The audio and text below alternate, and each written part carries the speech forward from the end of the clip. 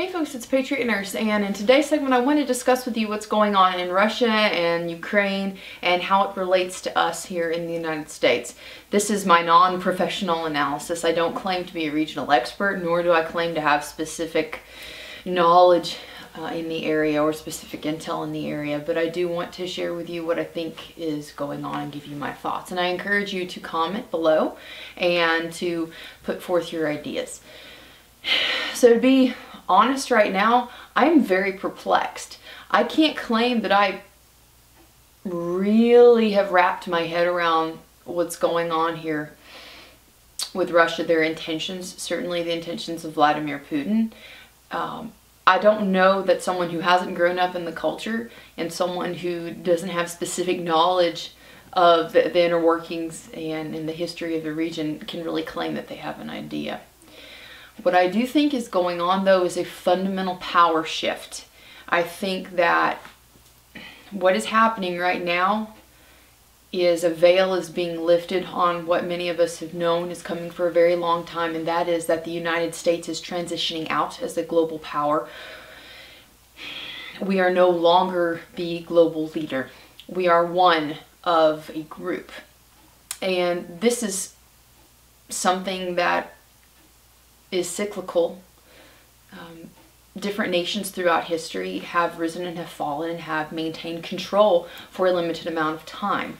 We've known that the United States is not going to remain this sort of deified nation forever. It's just not going to happen.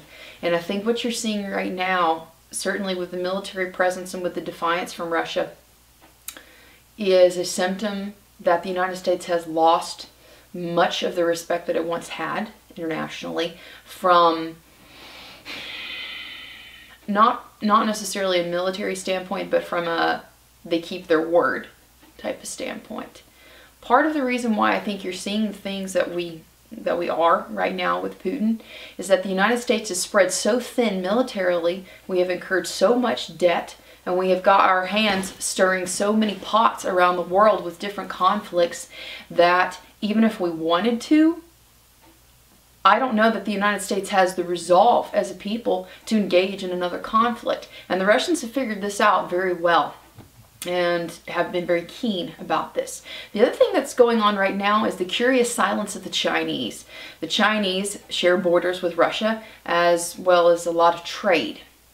And they have power in that region. They have pull that we do not, and they're quiet. If you know anything about the Chinese and about their military history, they're extremely calculating. This is the nation that birthed Sun Tzu, right, and the art of war. We need to watch this, okay?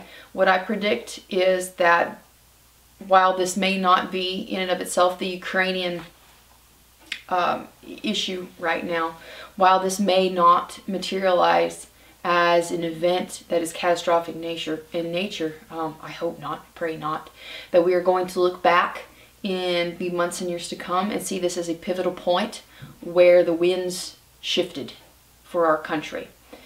I can't say that I'm going to be a prognosticator. I'm going to have super accurate predictions of things. I'm talking with you right now as if you were in my living room. You are in my living room. Welcome to my living room. And what I think is going to happen is that this event is going to be a starting point for the acceleration of the decline of the United States from our power and our pull internationally. We've seen this with our dollar, but now we're starting to see this on a geopolitical level too. The Russians see us, perhaps rightly so, as certainly our leadership is blustering bags of wind that are all talk and no action.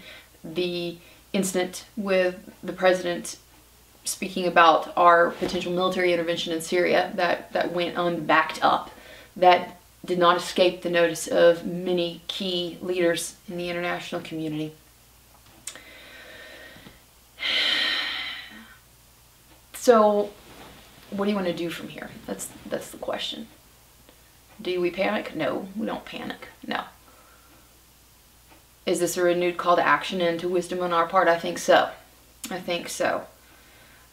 One thing that you might have noticed is that with the uncertainty whether or not Russia is going to increase their military presence in Ukraine, or even, you know, have a full-blown invasion, military invasion of Ukraine, the stock market became quite volatile. Not today, but yesterday. And we need to be prepared for this, okay? We need to make sure that we have food stored up. We also need to make sure that our water is taken care of. Make sure that your water preps are taken care of, that you have a way to hydrate yourself. All the food in the world is not going to help you if you die from dehydration. You can go a lot longer without food than you can without water. Okay, so make sure that you've got those things taken care of. Something else I would like to encourage you to consider too is that you have hard copies of your important personal data. Hard copies and also digital copies on an encrypted thumb drive in case for whatever reason that you have to evacuate your location.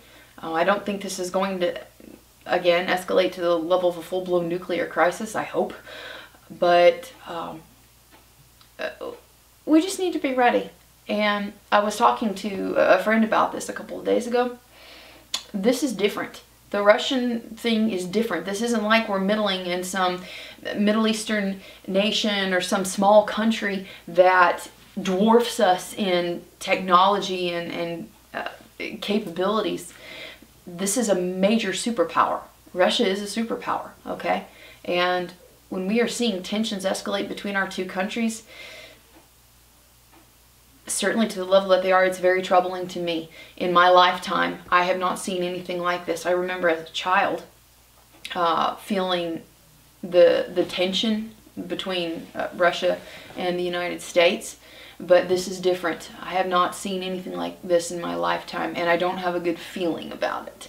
So, action points for today, things that I would encourage you to do: make sure your food's taken care of, make sure your water's taken care of, make sure that your documents are secured, like marriage certificates, death certificates, social security cards, things that are important, things that you would have to start your life over, to get a job. Those are the things that you should have with you. Something else that I would really encourage you to do, have a good amount of cash in smaller bills on hand. I'm talking like 20s, okay? I can't say what is right for you, but it's a good idea, I think, to have this on hand. So let me know what you guys think.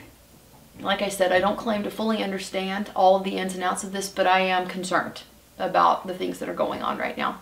So leave me a comment below and share your thoughts with the rest of the group, and I hope it was helpful for you guys. I will be in Columbus, Ohio this weekend teaching Medical Prep 101 and 201. And the next class that I'll be teaching is in Dallas. Check out the website, by the way. I'm going to be going a whole lot of places.